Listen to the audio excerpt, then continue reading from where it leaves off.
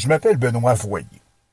En décembre 1996, on parle de Trois-Rivières partout au Québec. L'histoire est que, à la suite de la pression populaire, le diocèse catholique tréfluvien refuse d'unir dans les liens du mariage Denise Levasseur, une transsexuelle post-op, et Michel Noël. L'affaire Levasseur-Noël fait beaucoup jaser dans les médias du Québec. La direction de l'Hebdo-Journal pour qui je travaille me demande de commenter le sujet de l'heure. Le 22 décembre 1996, j'écris que il n'y a pas à être offusqué du fait que le diocèse ait refusé de marier les deux tourtereaux. Sur ce point, l'Église a été fidèle à elle-même, son discours n'a pas changé et n'est pas sur le point de l'être. Ce que je trouve triste dans cette cause, c'est l'opinion publique. J'entends toutes sortes de choses. Des grandes questions qui n'en sont pas vraiment. Denise Levasseur, est-ce que c'est une vraie femme? Est-ce que c'est un homme déguisé en femme? Une travestie? Est-ce que c'est quelqu'un qui est vraiment bien dans sa peau? Je réponds dans mon éditorial que les spécialistes qu'elle a rencontrés sont pas des idiots. Ils n'acceptent pas d'opérer lorsqu'il y a des doutes sur l'identité sexuelle ou à cause de troubles psychiatriques, psychologiques.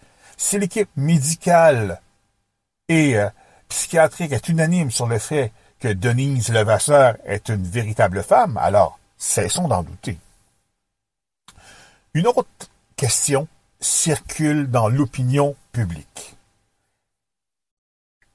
Ça semble une grande question, mais c'est pas une question. Une question qu'on devrait même plus se poser aujourd'hui. Michel Noël, est-ce que c'est un homosexuel? J'en reviens pas d'entendre ça. J'affirme que répondre positivement à cette question, c'est poser un jugement très sévère sur cet homme.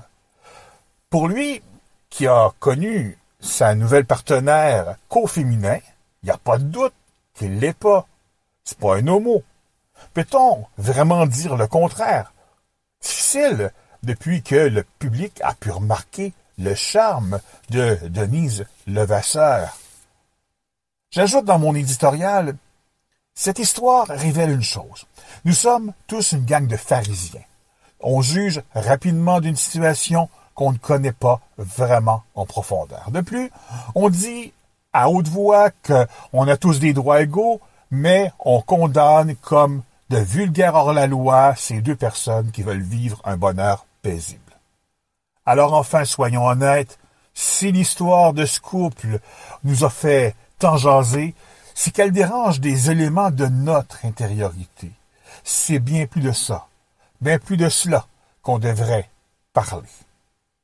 De nos jours, on pense que la société occidentale est plus ouverte qu'à cette époque. Malheureusement, ça ne l'est pas. Pour relire les notes de ma chronique, consultez la section au fil des jours, des semaines et des mois de mon blog. Tapez www.benoitvoyerenliberté.blogspot.com.